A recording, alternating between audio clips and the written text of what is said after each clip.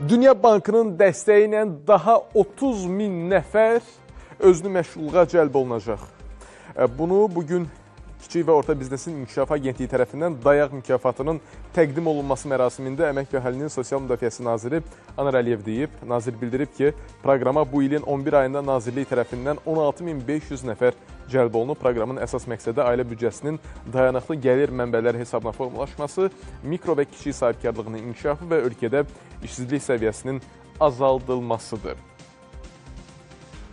Ölkədə 4 milyon vətəndaşımızı əhatə edən 5 sosial islahat zərfi həyata keçirilmişdir ki, bu islahatların illik əlavə maliyyə yükü 7,6 milyard manat təşkil edir. Nəticədə bu dövrdə minimum əmək haqqı 3,1 dəfə, minimum pensiya 2,9 dəfə, orta aylıq pensiya isə 2,6 dəfə artmışdır.